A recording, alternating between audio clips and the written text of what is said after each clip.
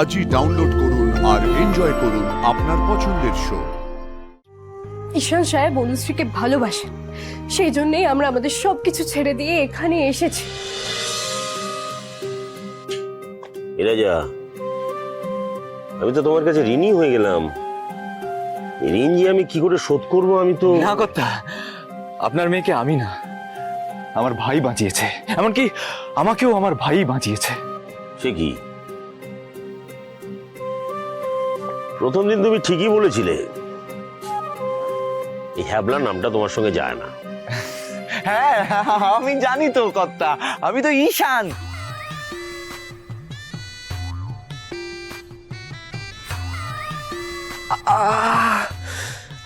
আসলে আমি ওই ঈশ্বরের দূত, তাই।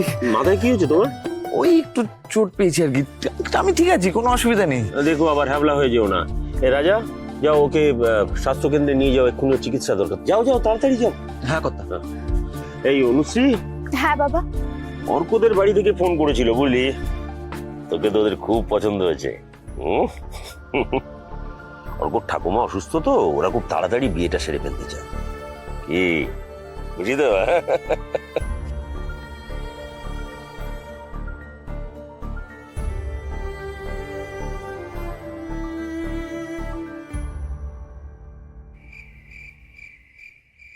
এই ঈশান, এই, আরে চেয়ার আপ, এইভাবে তুই ভেঙে পড়ছিস কেন? জুড়ে কি করে থাকবো বলতো ভাইদা? এত তো চেষ্টা করলাম, কি লাভ হলো? তাই বলে তুই হেরে যাবি? অনুশ্রীকে হারিয়ে ফেললে আমি হেরিয়ে যাবো রে। না ঈশান, তোর ভাইদা তোকে কথা দিয়েছিল না, তোর যা যা পছন্দ সে তোকে সেই সমস্ত কিছু দেবে। তারপরেও তুই কি করে ভাবলি যে তোকে সে হেরে যেতে দেবে? ঈশান সাহেব অনুশ্রীকে ভালোবাসেন, সেই জন্যই আমরা আমাদের সবকিছু ছেড়ে দিয়ে এখানে এসেছি অনুশ্রীর বাড়ির লোকেদের মন জয় করতে। এখানে আসা, ওনাদের ভালোবাসা পাওয়া তো আমাদের মূল লক্ষ্য নয়।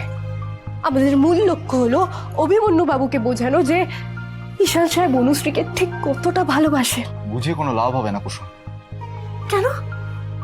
অভিমন্যু বাবু কাকিমণিকে যেই কথাগুলো বললেন, তারপর তোমার মনে হয় যে আমরা যদি গিয়ে ওনাকে বলি ঈশান আর অনুশ্রীর বিয়ের কথা, তাহলে উনি সেটাই রাজি হবেন? ভালোবাসার অনেক জোর ছোট সাহেব, অনেক জোর। দুটো মানুষকে সারা জীবন বেঁধে রাখতে পারে ভালোবাসা। তাহলে এটুকু পাহাড় প্রমাণ অভিমান দূর করতে পারবে না? হয়তো পারবে, কিন্তু কিন্তু আমরা যদি ওনার কাছে গিয়ে সরাসরি ঈশান আর অনুশ্রীর বিষয়ে বলি, তাহলে সেটা বোকামো ছাড়া আর কিচ্ছু হবে না কুসুম। তাহলে এখন উপায়? সেটাই তো আমাদের ভাবতে হবে কুসুম। না ভাইদা, না। না মানে? ভাইদা, জাদুকর, তোমরা আমার জন্য অনেক করেছো, আর দরকার নেই। ঈশান, অর্ক ভালো ছেলে রে, আর অনুশ্রী ভালো থাকলে আমিও ভালো থাকবো। ঈশান সাহেব একটু শুনুন। ঈশান সাহেব, অনুশ্রী আপনার সাথেই ভালো থাকবে, আর আপনারা দুজন যাতে ভালো থাকেন আমাদের সেই ব্যবস্থাটাই করতে হবে।